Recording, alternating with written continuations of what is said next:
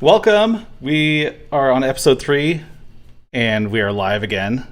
We had such a good time last week. I figured that, let's get the gang all back together and do this again.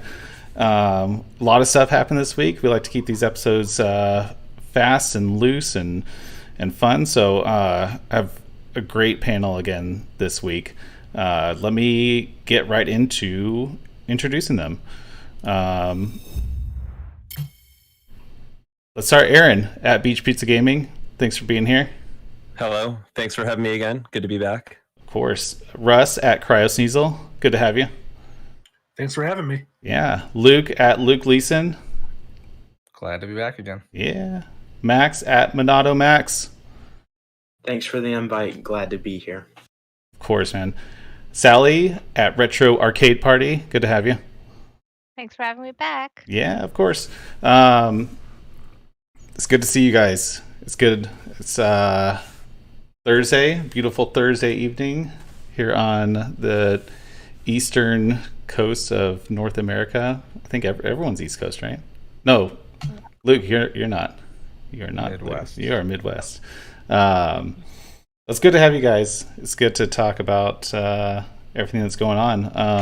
We're going to start off with what everyone's playing right now, and we're going to throw a wrench. We're going to go backwards. So we're going to start with you, Sally. What are you playing this week? I'm still on Immortals Phoenix Rising, and I'll probably be on that for a long time. I'm getting into Monster Hunter Rise, though. It's actually, I'm getting used to it. I'm getting used to the hang of things. I want to watch some of those videos where they explain about, all the weapons and everything, because there's still so much to know, and I'm still so lost, but it seems very fun. Have you been playing more single player or multiplayer? Yeah, I'm doing more single because I'm intimidated to play with you guys. I'm like, let me level myself up a bit before I join you guys. No, for sure. You can the game scales pretty well where if you have someone higher rank, they can it actually helps to carry you through faster through the lower missions, and they still get stuff. When I was playing recently, I felt like it's kind of like Skyrim, where you hit the monster, you don't get that feedback, which kind of throws me off. You just kind of whack, and you see that the damage is coming off, but you're not getting that, the vibration, or you're not seeing things happen live. Yeah, And definitely. I guess it kind of throws me off. Yeah, you're just seeing the numbers in different colors. Yeah. Like that's pretty much they don't really react to your hits, which is that's something I never. That's what I'm looking for. I want the reaction. Yeah, that's fine. I never noticed that. I guess it's more of the like RPG element that they're going after. But it's fun. I'm getting used to it. Yeah. Pretty soon I'll join you guys, and maybe I'll be up there. No, definitely. But you're enjoying Immortals? I still see a lot of people playing that. Yeah, I love open world. I love puzzles. So it's very much like Breath of the Wild. So I think everyone who loved Breath of the Wild and that style of genre, they're definitely going to be into that. Awesome. Yeah. I needed. It was on my list, but I never picked it up. 'Cause I think one reason is I didn't get very far into Breath of the Wild, so I was like, I can't do any more Breath of the Wild style games until I get through Breath of the Wild. Max, what are you playing? I have been playing a lot of Dead by Daylight this week. I convinced my friend Trent to finally get the game. I've been trying to convince him for the last month. This week he finally bought it, so all I've been playing is Dead by Daylight with friends, and it's been awesome. I picked up the DLC. I don't know if I brought that up last week, but I played a lot of the DLC, so shout outs to Trent. And then I played a lot of Monster Hunter Rise. I got to high rank 3 on the village quests.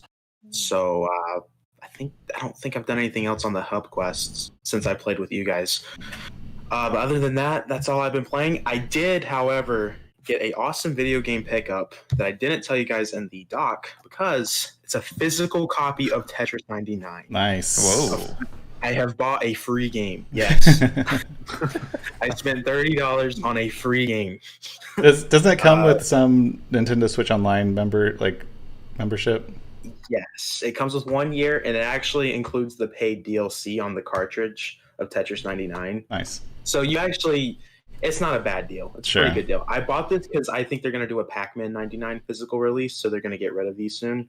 So I think it's going to be worth a lot soon. So yeah, that's all for me. Speculative. I'm buying that if I can find that. That's awesome. Yeah, I got the last one, so you might want to pick that up. I know you're big into the Switch collecting, so the last one in existence. There are 0. Well, like my GameStop. Luke, what are you playing, man? I am playing Mario Kart right now since I beat Loop Hero, and I was gonna get Monster Hunter, but it was sold out at Best Buy. So I was just like looking through what I wanted to try, and I've never played the new Mario Kart, so I've been really enjoying that. That's been on my list for a while, and I haven't played it because I feel like there's been Mario Kart 9 rumors for the last year and a half or 2 years, and so I'm like, maybe I can hold out, and that's I picked up Smash Brothers, all the staples that I was like, there's so many Switch staples that I can only get a handful at a time, and so you've been enjoying Mario Kart though? Yeah, I'm trying to get all of the highest trophy you can get in all the different CCs. Oh yeah, that's awesome. Have you picked anything? You bought Monster Hunter though, didn't you? Yeah, I got that on Amazon. I'm just waiting coming in. Yeah, I thought I saw that you posted it. And for the people that don't know, Aaron won the bet because he watched that movie, and that's why I bought it. Hold on 1 minute. Oh. I only watched half of it, so you only have to play half of Monster Hunter Rise. Perfect. Did you like the movie? I couldn't get into it. I've heard it's rough. I don't know. I watch 3 movies a year, if that. So it's got to be good. So when you throw something at me like that, I mean, yeah, I couldn't get into it. I knew it was bad. It was a trap. Russ, what are you playing, man? So aside from Monster Hunter, I've been into my Oculus more, and I started Space Channel 5 VR. I wanted that since it first came out on PSVR, but it was too expensive. It's still the same price on Oculus, but that's been pretty fun. It's basically the same game just in VR, and I was having a lot of fun with it. But the story is 10 minutes long. I beat it in one play. Oh, really? There's an arcade mode that I haven't tried yet, so I don't know what's involved in that. But I've been playing more Pistol Whip, and that might be my favorite VR game now. That's on my list to talk about. I really enjoy that game. It's kind of my go-to. That's the first thing I pick up when I put the headset on. It's funny because Space Channel 5 was one of the few Dreamcast games that was highly rated that I never played. Even though I was so into Dreamcast at the time, I didn't even know that there was a VR version of it. Are you in? Is it first person thing, or is it you look around the room, or is it? Yeah. It's you play as another reporter, and you see through her. So if you look down, you see your body. Yeah. And then the main character Ulala is in front of you. Oh, okay. And you mimic her movements. Gotcha. Yeah. So it's like a dancing game, kind of. Sure. That's awesome. It's kind of difficult. It's a lot of memorization. The Dreamcast version's a lot harder though. Have you beat it? Have you gotten into the story, the cinematic stories of Pistol Whip? I just beat it Sunday. Oh, really? And I had to switch it to easy because normal was too hard. I keep getting scared to go into it. It's are you sure you want to try it? This is only for advanced players. I'm like, no, I'm not sure. Never mind. And it keeps scaring me away from it. So I just been doing the single runs until I get a little bit better, because I don't think I've ever gotten above a B on, or whatever on any of them. The first level is easy on the story mode, or whatever you want to call it. The second one was impossible on normal, because you can't shoot. You have to punch everything. Oh yeah, that's hard. I kept thinking I was going to throw my controller whenever it was wanting me to punch things. That's awesome. Aaron, what are you playing, man? Pretty much the same as all of you, Monster Hunter Rise. So that's been my go-to this week. Mostly that, and I didn't have a ton of gaming time, so it was that. And then yesterday I saw that Apple released a bunch of games on Apple Arcade, and one of the games they were talking about was a golf game by the developer who made Hot Shots Golf and Everybody's Golf for the PlayStation. So I just got a new MacBook, and it came with 3 months free of Apple Arcade. Not like it's it's $4.99 a month anyway. It's not a huge deal, but so I was like, I got 3 months. I'll try it for free so I can try this game, and I did that, and I tried a few games on Apple Arcade. I'll talk a little bit more about it later. But I played the golf game a lot. It's called Clap Hands Golf, and it's for a mobile game. It's surprisingly good. I could see myself picking it up and playing it. Yeah. It's basically it's like Hot Shots Golf. Like it's exactly like Hot Shots Golf. Yeah, same exact thing. So that Monster Hunter, and that's pretty much it. Yeah, definitely. I have been playing Monster Hunter Rise with you guys. I've been playing a little bit of single player, but it's been a little bit tough to get much time onto that. But I've been doing a lot on the Oculus Rift or Oculus Quest 2. What was I gonna say? Beat Saber and Pistol Whip are kind of my two go-tos right now. Pistol Whip, I'm just doing individual runs. Beat Saber, I just beat my first two hard, like on the hard difficulty, which I feel like is a small win. But I've been playing those late at night, kind of before bed, and then also just sitting on my couch and like watching some of the 3D animations and just exploring some of the apps with like art and other things, and watching like movies in the fake cinema, and the whole experience is kind of surreal and pretty cool. And so I've just been exploring all of that mostly, and then Monster Hunter a lot, like you guys. I think, Aaron, are we both on level 3 right now? I think, and Rush, you're on level. I don't think I'm level 3 yet. I don't think I am. I think I got like 2 more. Oh yeah, yeah.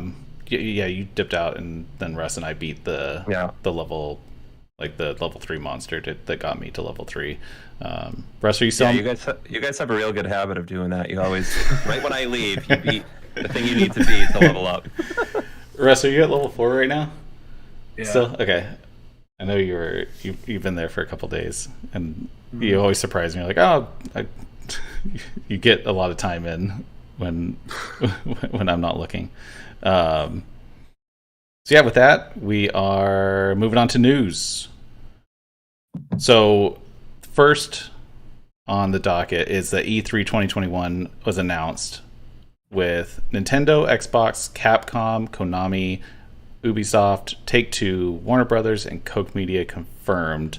And they're renaming it, or at least this year, it's the Electronic Entertainment Experience instead of the Electronic Entertainment Expo. And it's all online.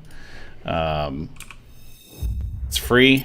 There was some talk about having some paid activations, but they shut that down pretty quickly. And yeah, it seems like they have their stuff together a little bit better than last year. It seems like last year was kind of chaotic and not really handled that well, and everyone was kind of trying to do their own things and everything. But I'd be surprised. So some of the notable companies missing are EA, obviously Sony. Sony's been out of E3 for a couple years now. Which, by the way, are you guys surprised by that? Because I still see people being surprised that Sony's not showing up this year. I figured since they're not showing up last year before it got canceled, that pretty much confirmed they're not coming back to E3. Because last year they would have been at E3 because they had a lot to show with like the PlayStation 5, which wasn't announced at the time. So yeah, are you guys surprised by that? Sony at this point, I don't think. I don't think they want to, and I don't think they need to. Sony has been on track for like the past few years to, and I think they even said it themselves, they want to be like the Apple of gaming. They want to have their own events. They want to do their own thing. And, you know, like with the PS4 Pro, they had their own event where they announced it like 2 months before release.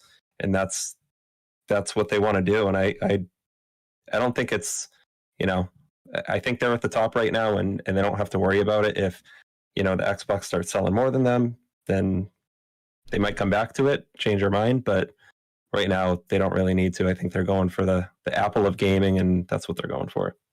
Yeah, for sure. I think that they like having the control over their releases and their news cycle and stuff like that. Yeah. Other companies that haven't confirmed that are large: Square Enix, Sega, Bandai Namco, Tencent, 505, and Activision Blizzard.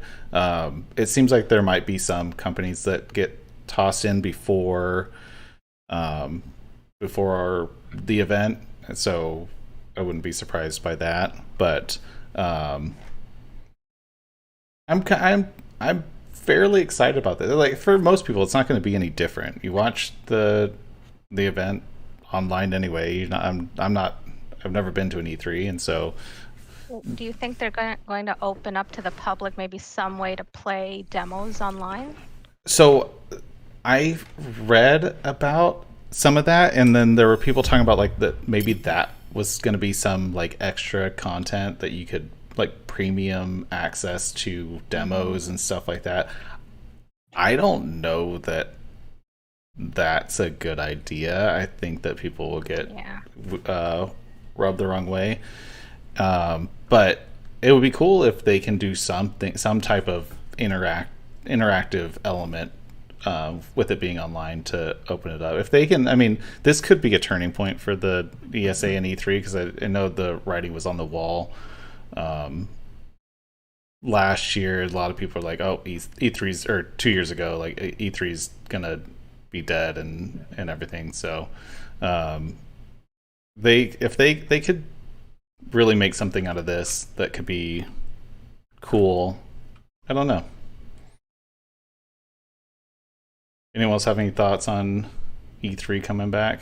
What do you? Anyone feel strongly about E3 one way or another? I mean, I've always like paid attention to it every year.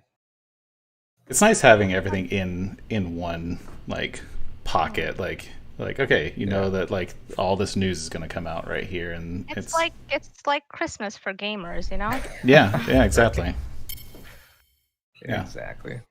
It's always exciting. I think the suspense is worse than anything else. Just waiting to see if something's gonna. There's gonna be some news happening, like having that anticipation, like, oh, it's coming, and whether you're satisfied or whether you're disappointed, it is a very Christmas like sensation. Yeah. Maybe I'm just Nintendo happy. will finally reveal Metroid Prime. I'm curious what Nintendo will do. It seems like they have a lot of stuff they're holding tight right now, obviously with the new console and everything. I think there's a lot of games that are gonna. I think they have a lot of cards that they're waiting to show that are gonna come out throughout this year, because they've been awfully quiet. And Were they at always the have a last E3? surprise. I don't even remember what happened with E3 2020. Oh, they cancel it. It was just flat out canceled. Yeah. Okay. Yeah, and then everybody did like their own thing. for Yeah, the week, right? Yeah. But Nintendo always does. I don't know if they're there or not, but they always do like their treehouse, like treehouse. Yeah. Yeah, they're usually on the floor doing that. Oh, okay. They've always been a big part of E3 from what I remember in years past. And yeah. All right, moving on. MLB The Show 2021 is coming to Game Pass on day one. This is a bigger deal than, like, I don't know. It feels like something massive, because this is a PlayStation Studios game that is developed by San Diego Studio, a subsidiary of Sony. But the Xbox version, so for those who don't know, Sony had the exclusive rights to produce simulation-style baseball games for the MLB until last year, where they had to renegotiate their contract, and it basically came out that the MLB said this game needs to be on multiple platforms. It cannot be strictly PlayStation, strictly a PlayStation title. And so then it came out that there's an Xbox version coming out, and I was like, oh, this is huge, a PlayStation game coming out on Xbox. And then a couple days ago, it came out that it's going to be day one Game Pass. And so essentially a Sony produced game that they have the full license for is going to be free for Game Pass subscribers, but if you own a PlayStation, you will be required to pay $60 or $70 for the same game on day one if you want to play it. And actually, MLB is the one who's publishing the game for the Xbox, not Sony, and so they were able to make this deal. And I'm curious, like, I don't know how Sony feels, if they feel like it seems like the MLB made out like bandits here, where they got multi-platform deal out of Sony and then also got money out of Microsoft to put it on Game Pass. So does anyone play baseball games at all? Nope. No, I didn't think so. Haven't. I bought a couple MLB The Show for the PS4 when it first came out, but that was it. I think I bought like MLB 14, maybe 15, and I realized that I bought them and never played them, so I stopped buying them. I bought 2020. It was on deep discount right when the PS5 came out, and I bought that, but I only played a handful of times, and I'm kind of excited for baseball season this year, but yeah. This is probably the most talk that this MLB game has ever gotten. Oh, for sure. Years. Yeah. I just find that funny. But they have, Sony has they have a big following. Like, I think the show has a big following from Sony fans. Yeah. I wonder how this is going to happen. I think we should wait until it's released to see like what really happens, and like if somebody else is doing like the publishing for Xbox, or like, well, they're both being developed by Sony, right? Yeah. Both versions. So is the PS5 version going to run better than the Xbox version? Like, are they going to like go for parity? Like, what? I don't know. Yeah, I'm curious. It's funny. Like, I saw a lot of people speculating that there's going to be like some type of sabotaging going on, just out of spite for having to do this deal type of thing. I don't think that that's going to happen, but probably not. But I mean, Sony still makes money off selling it. Right? Exactly. Yeah. And who knows? They're probably getting a good deal and from Game Pass. So yeah. But now that makes it, if you are a sports gaming fan, if you have Game Pass, you have NBA 2K now, Madden games on Game Pass, FIFA, NHL, like basically all the EA games, and now you have the show. So you have all major sports titles included in Game Pass now, which is kind of massive because that makes up a large segment of the industry. Yeah, that is pretty big. And if you're a PlayStation only player, you have to buy each of those individually. I don't know. Microsoft's making a lot of moves right now, and it'll be interesting to see how that goes moving forward. If Sony's has something in their pocket, maybe it's going to be a PS Plus game for May or something. I wouldn't be surprised if they pull something like that, especially if like as their PS5 game, because I know they've been trying to do a PS5 game every month, and they're kind of running out of PS5 games without new games coming out. Yeah, that's what I was going to say. That they would do something similar that they did with Destruction All Stars. Yeah. Make it like the free game of that month that it comes out. Yep, exactly. So that game comes out April 20th. PS4, PS5, Xbox One, and Xbox Series X and S. So moving on, the Nintendo Switch got a major update, going from 11.0.1 to 12.0.0, and when it first came out, there was about a day when all the articles released, and everyone's like, okay, so what? It basically the only thing in the release notes was that they fixed an issue with the save data backup feature, where in rare cases the automatic backup of save data is interrupted if a communication error occurs during the completion of the save data backup process. And then that was the only release note.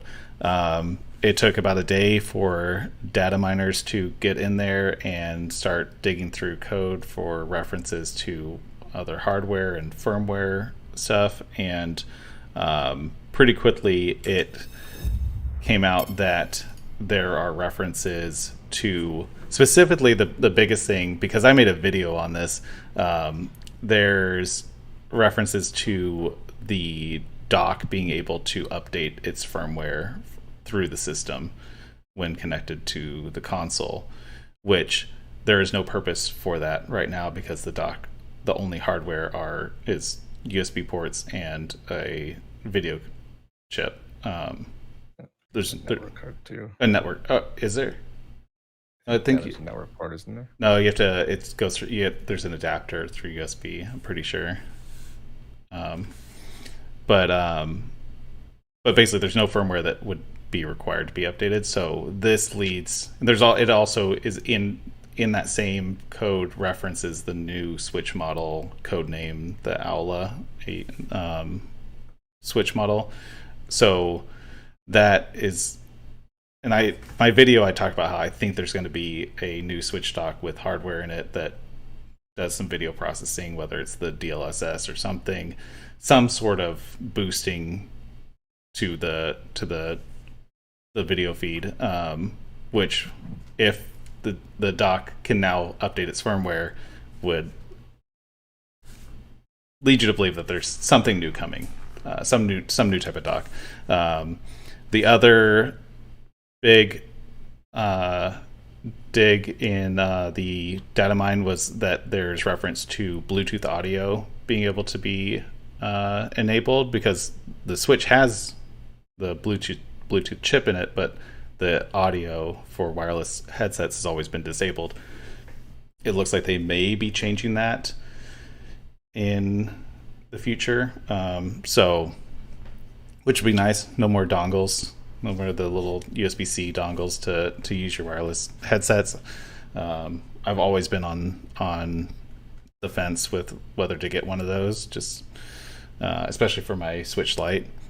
But and then that's it. Anyone have any thoughts? I made a video on the new Switch and going hard on there being a new dock, and I don't think they're going to include it with the new console. I think it's going to be a separate device altogether. But that's I think, to keep it at $300. I think they're going to keep it at $300 and then release the dock separately for $100. That's my prediction. But I don't think Sally was here when we talked about the Switch Pro a lot. And I'm really curious, because you do play a lot of Switch games. Are you getting a Switch Pro like the day it comes out? I mean, I'm not one to drop a lot of money on a lot of things the second it comes out, so I don't see myself doing that. Unless there's some, there has to be something really special about it for me to get it. But yeah. I think a lot of people are waiting to see. Like, I think there's a lot of people scared that it's not going to be a big enough upgrade. It's going to be kind of like the Switch version 2, where it's like it's going to be very incremental. The fact that they're getting a new display, the OLED display that's larger, is a little reassuring that they're doing something. And then all the DLSS type of like the new chip and everything, that it seems like that might be enough to boost it, especially if they also put some hardware in the dock.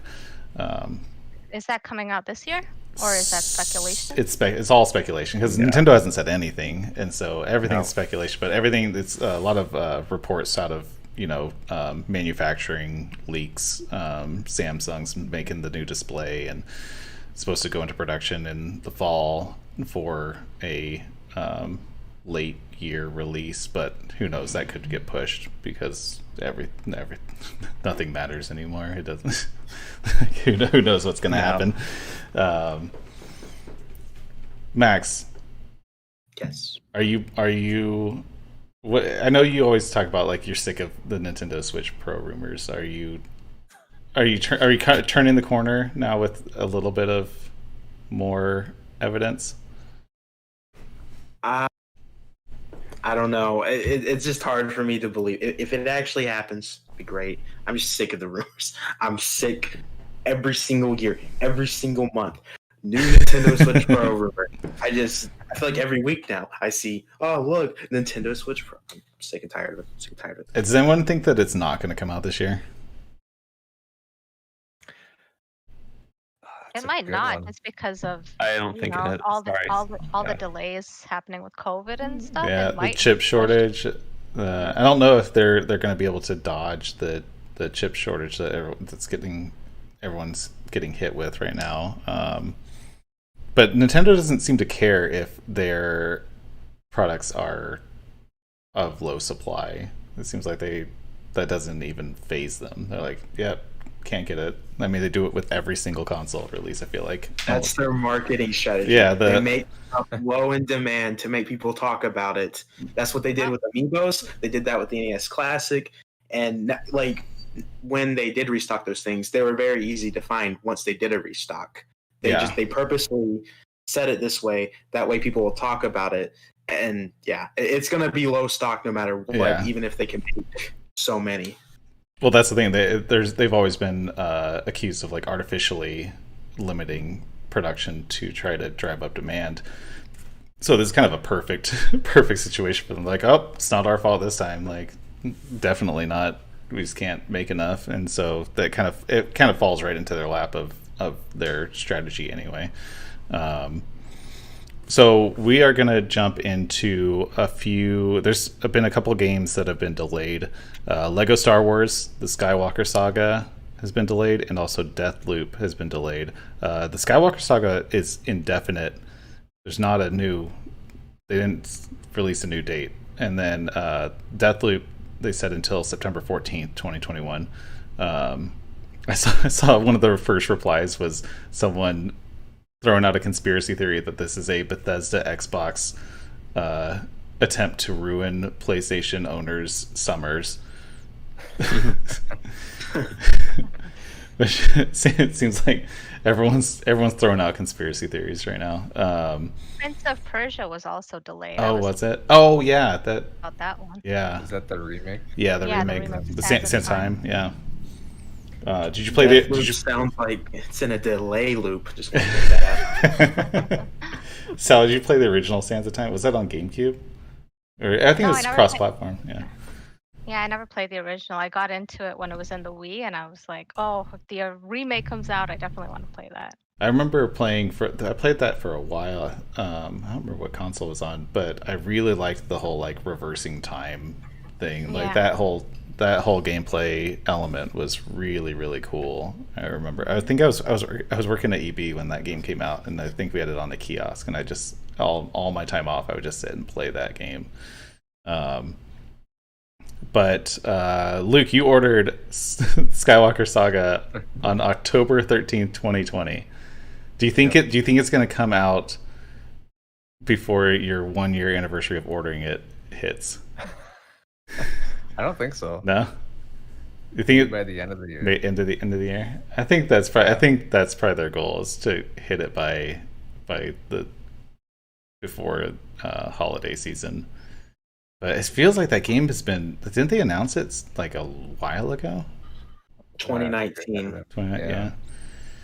And I know they're like. Like, Go ahead. sorry, what were you gonna say? I say they like built a new engine and everything. Like it seems like this is kind of like the base of future Lego adventure style games or whatever a Lego themed game is.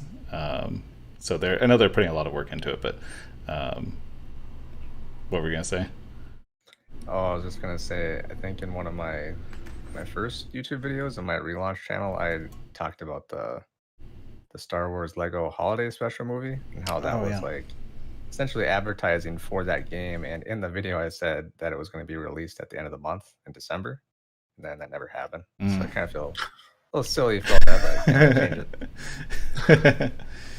Yeah, I mean, yeah, they probably got hit hard with COVID development issues and everything. You can't really blame. I was thinking about this with.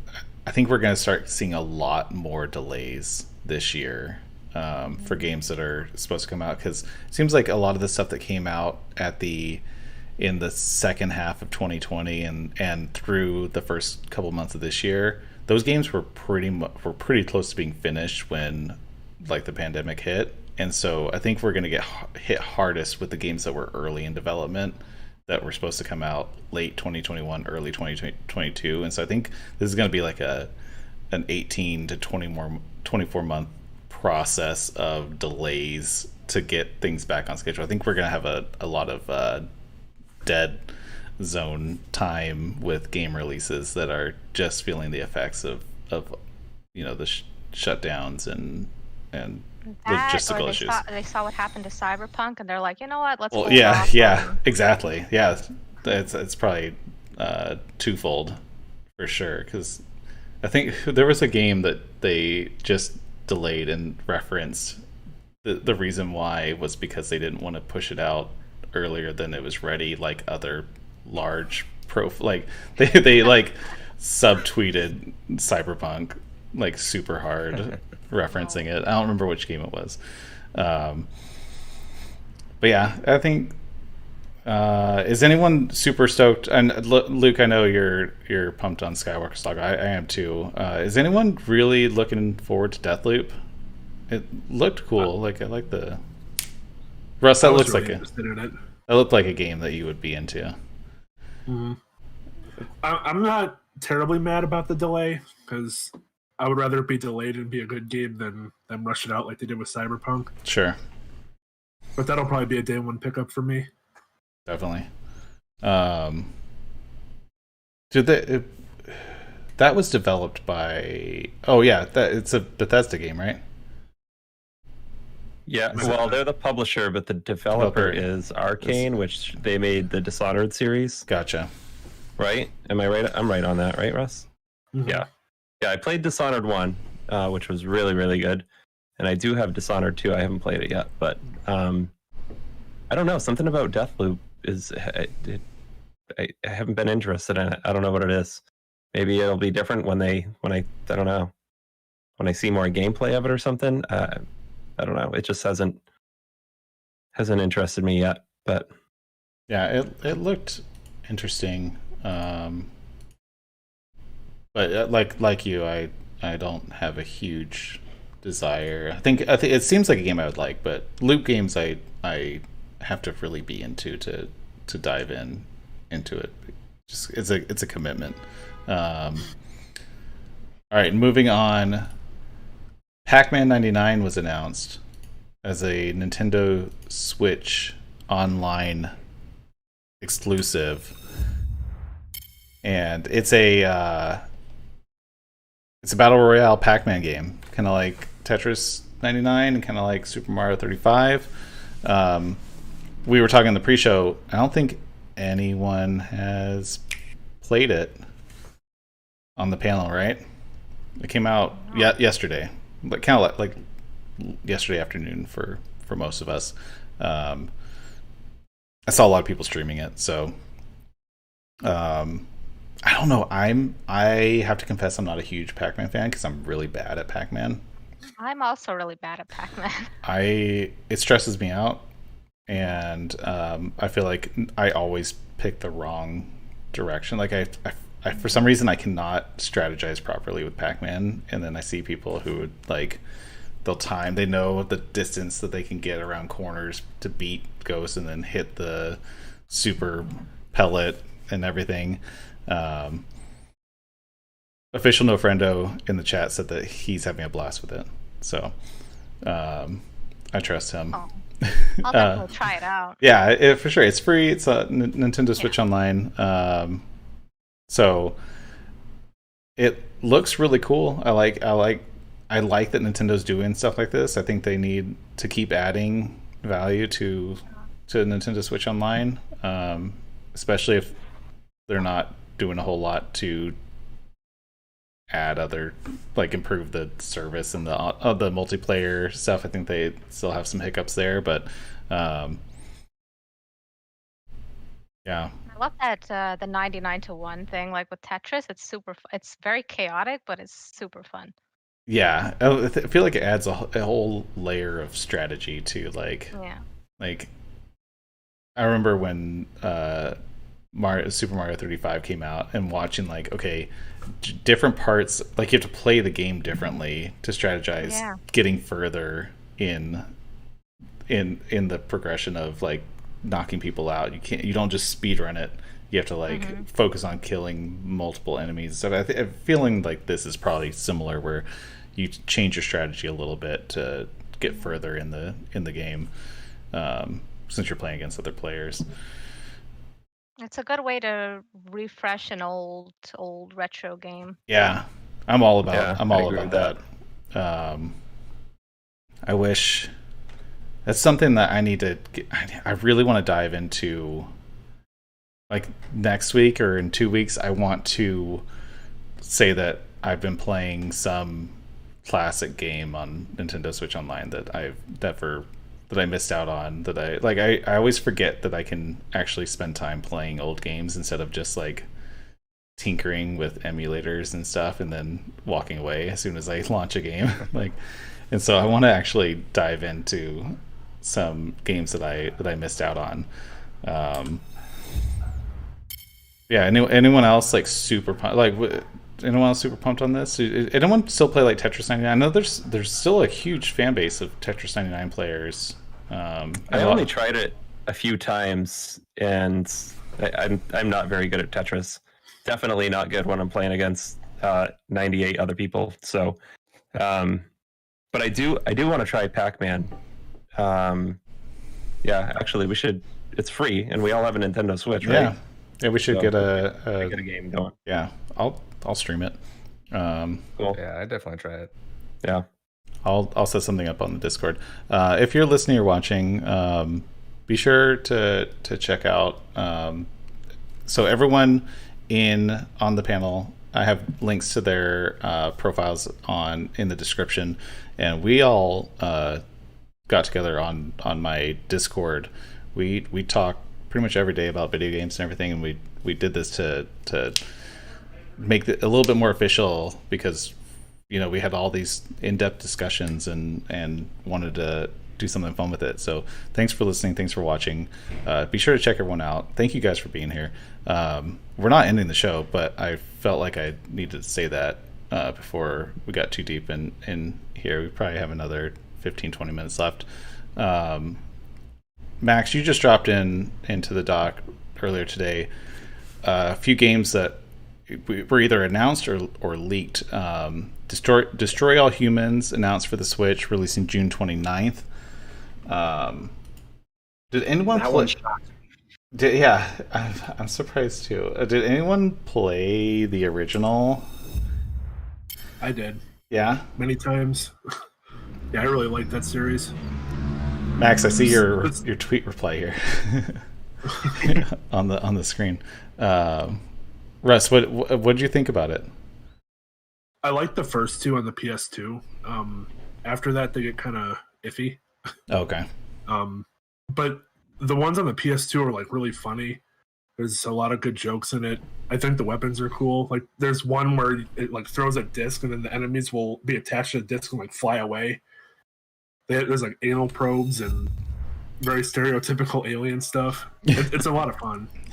Yeah, the screenshot I just showed that Max dropped in there. It's just, handheld anal probing now possible. So that's fun. Yeah, so for some reason I missed this series. Same here. Yeah, I've never played it. I saw that they have like the PS2 classics on. You can get it on PS4, right? Oh, is it on there? Yeah, it is on there. I'm pretty sure. Yeah, But, they yeah, remastered the first one on PS4 as well. Oh, Is This is the remake one that Yeah. they made last year. Oh, okay. So it's not What ask that? not just a re-release. The other one is Borderlands 3 Director's Cut coming everywhere, including the Switch. The Switch never had a Borderlands 3 release, right?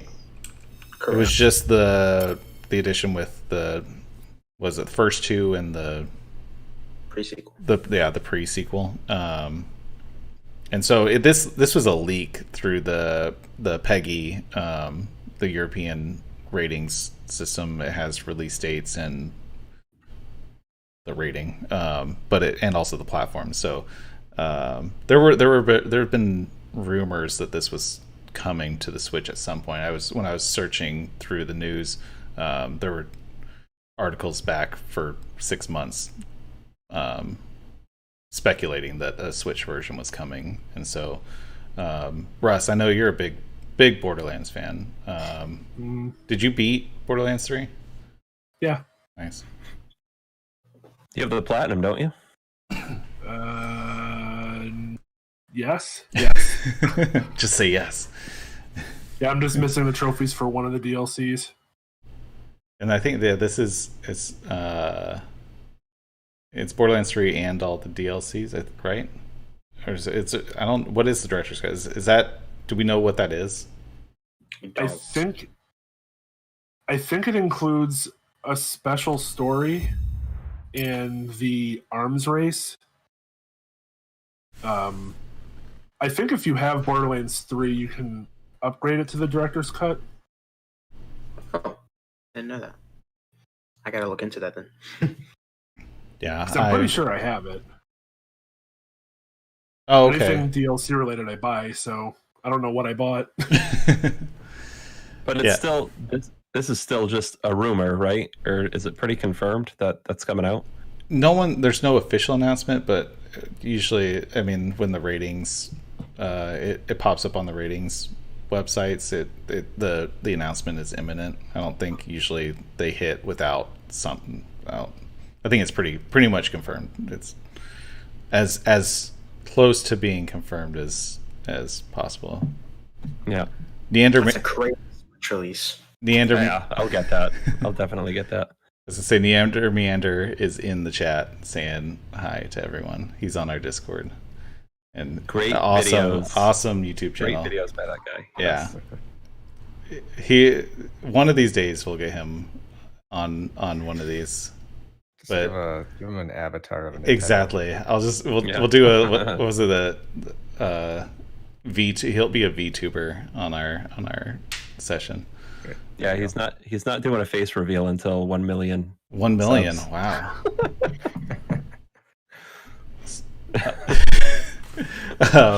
So I that's just made that up. I don't know if that's true. that's it for news. We're going into, we started this new segment, hot takes. It's things that you guys and myself drop into the doc to talk about at the end of each show. We blew through everything today, so we have a little bit of time to talk about some things. First, this was viewer requested last week. You know what? I'm sorry, I didn't write down his name. It was in the live chat, and I put it into the doc. But he was asking digital versus physical. We want to know what everyone's preferences on the panel were. And so I'm going to go around the horn. You can qualify it if you want. But what's your preference, Aaron? I already know. Well, hold on. You probably know that it's weird. So I'm probably the opposite of what it should be, because on the Switch, because they're still making all these games physical and they're cool little cases, and I'm like, if I can buy a game physical on the Switch, I'm gonna buy it physical. So on the Switch, that's what I like. Yeah, you got to change a cartridge. It's kind of a pain, you know. But on the PS5, I bought an all digital PS5. So I don't know, like, I don't want the big like cases. I don't want them laying around my living room. I would just rather have the box there. All my games are on there. If I'm playing one game and I decide I want to play another game because I'm stuck at something or I'm sick of it for the moment, I just press a button and do that, and it's easy. So yeah, so Switch, I like my Switch collection. I'm sticking with physical on that for as long as I can. Everything else, like Xbox, PS5, digital only from here on out. But you buy a lot of digital games, just ones that don't have physical releases, basically, right? Exactly. Yeah. On the Switch, I'll buy. Yeah, exactly. If they don't have a physical version, I'll buy the digital version. I don't have a problem with doing that. But if it has a physical, I want the case and I want the game. Yeah, definitely.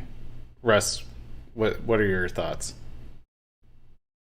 99% of my games I prefer physical. And the main reason is I worry about games getting deleted.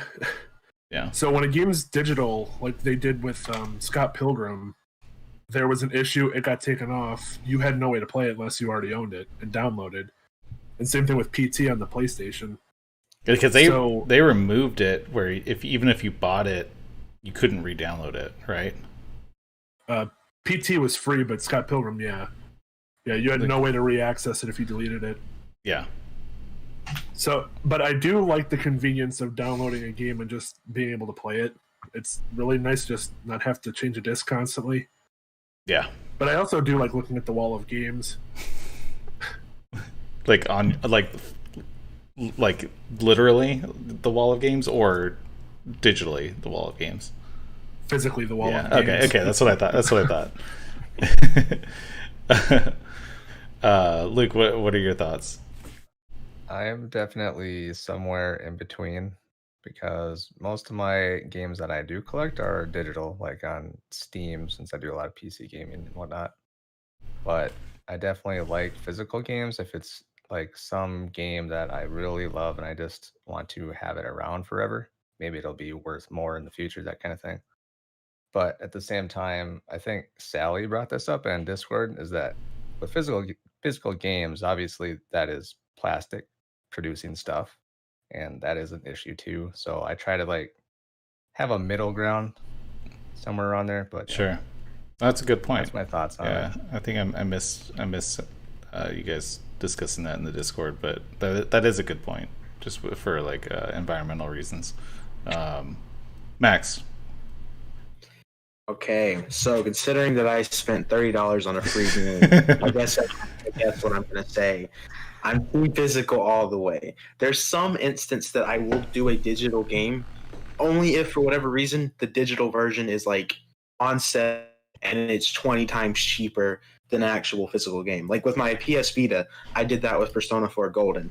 The physical copy of that game was ridiculously priced, but you could buy it digitally for $20. So I was like, as much as I am a physical guy, I prefer physical over digital.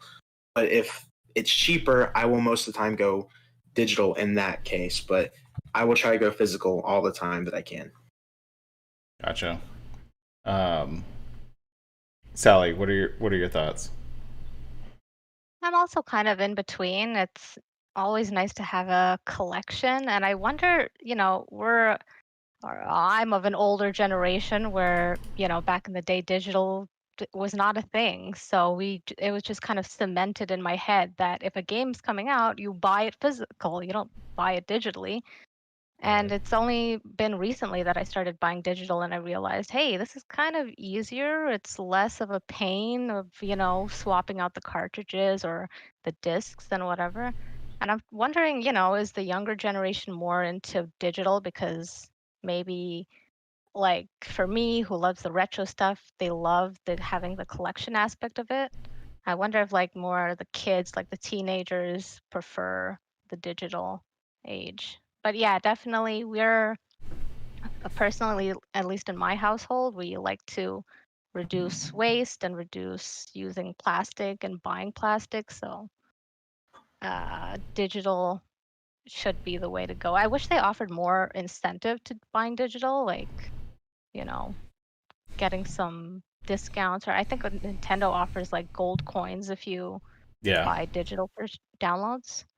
Yeah, it's always a But nice it's like, surprise when you have like 5 or 10 or yeah, so bucks to take off your next purchase because you bought a few digital games. Those are all great points. I have a weird thing where previous generations, obviously it's easier to buy physical, but like I've been trying to buy up like PS3, Xbox 360, not Wii, because there's just way too many games. There's like, and I have a modded Wii, so it's hard for me to justify buying Wii games. But I like to buy a lot of PS3 and Xbox 360 games, obviously physical. But for modern stuff, when I bought my Switch, it was for my son, and I wanted him to experience physical games, and so the first like 5 or 6 games I bought for him were all physical. I was like, I want him to like have his collection, have his little case with his cartridge like container and everything. It turned out that he didn't care for switching out cartridges, so he just played whatever game was in there. And I was like, how about you try this other game? He's like, he would just didn't want to switch out cartridges, and so he would go to play a game that was on his Switch, and if the cartridge was somewhere else in the room, he'd be like, I'll just play something that he had digitally. And so I quickly realized that I need to start just buying digital games. And I actually made a video about how I started buying him digital games, but it was like for his birthday or Christmas, I would buy the blank Switch cases and print out sleeves for him so that he still had his little collection, and he got to unwrap something. And then the first time he opened it, he's like, where's the game? I was like, it's on your Switch already, because I had switched like it so that it wouldn't auto download to his Switch, and so it would auto download to mine, and then I would, like, right before he opened it, I would start the download for whatever game he was getting. It's kind of a, I don't know. I prefer digital, especially with Steam and PS5 and Switch. I don't personally have any physical Switch games other than the ones that I basically bought for my son. So I just like the ease of being able to jump around, because I jump around between games constantly. Like, I'll play 10 minutes and then jump out, and then 10 minutes and jump out. If I had to switch cartridges every time, I would never play half the games that I jump into. Luckily I have Zelda Breath of the Wild digitally, but I've been wanting to play through Mario Odyssey, but I only have it physically, and I never go to put it in, and so I don't know when I will ever play that game, just because it's never in my Switch. Okay, last topic before we dip out of here. I added this, but Aaron, you brought it up earlier. Apple Arcade is making a lot of moves right now, adding games. A lot of developers that are traditionally on different gaming platforms are making games for Apple Arcade. Is Apple Arcade a legitimate gaming contender if they keep making moves like this, or is it always going to be hamstrung by it being limited to cellular or iPad or Mac? Now Mac is included. What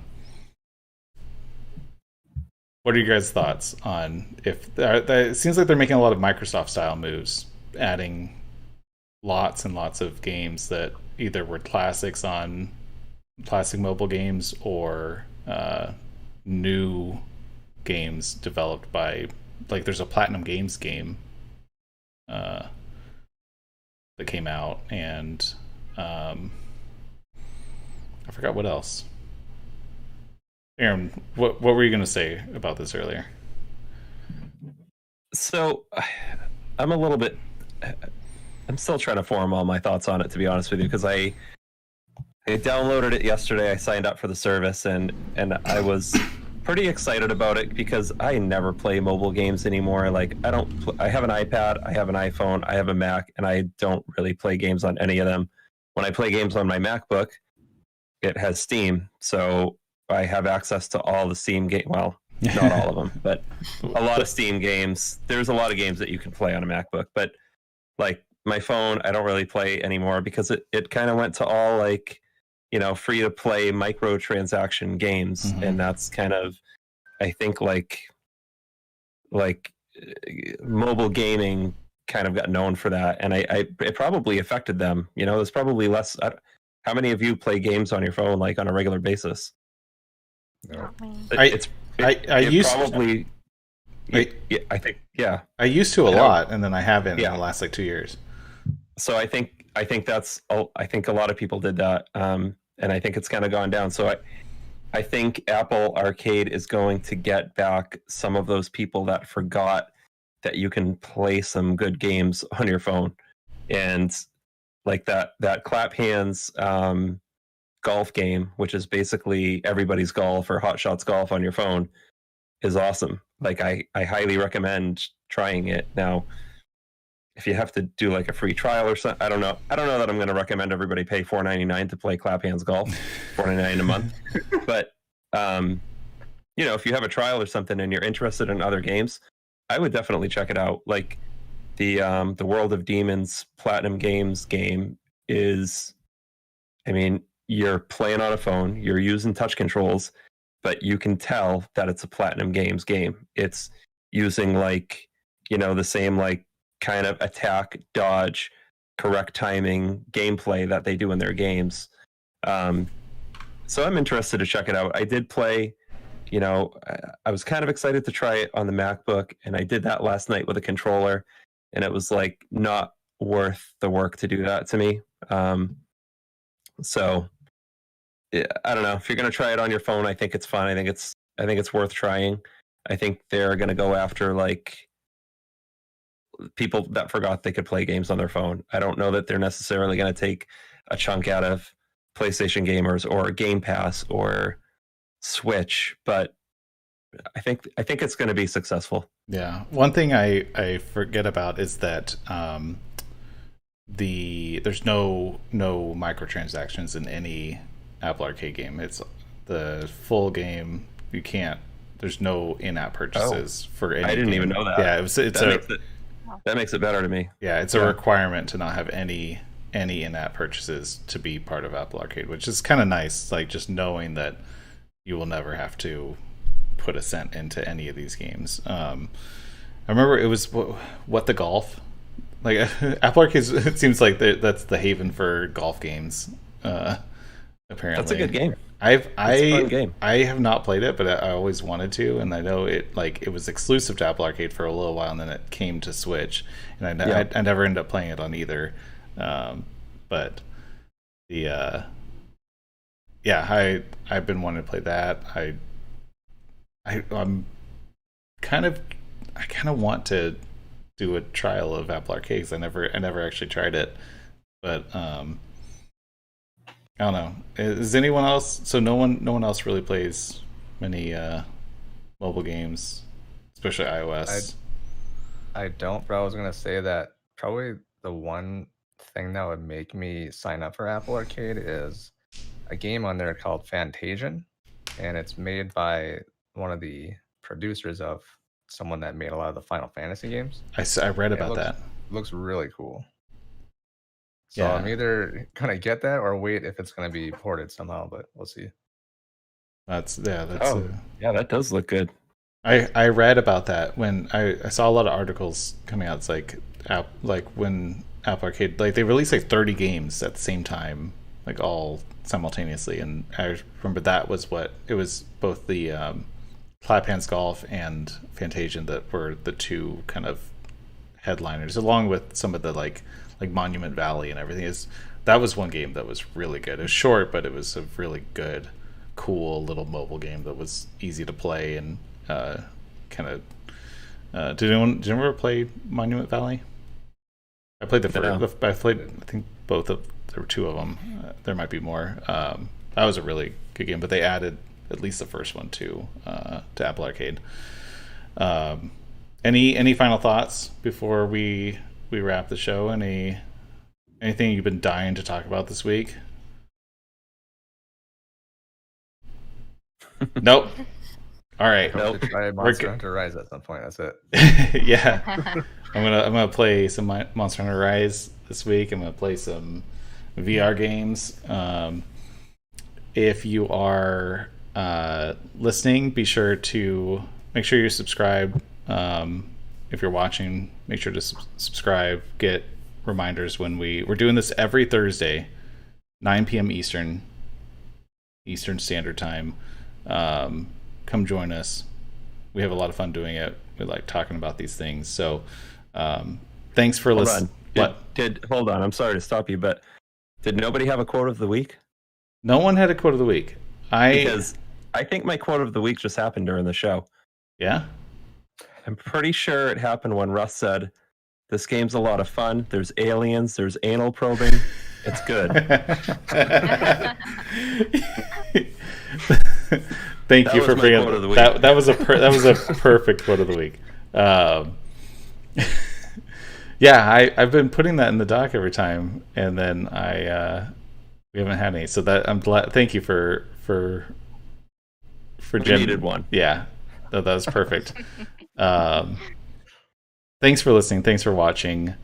We'll see you next week. Thank you guys for being here. Check everyone out on the panel. I'm gonna do one more round. Aaron at Beach Pizza Gaming, Russ at Cryosneasel, Luke Leeson, Max Monado Max, Sally Retro Arcade Party. Thank you guys for being here. We'll see you all next week. Good night. Night.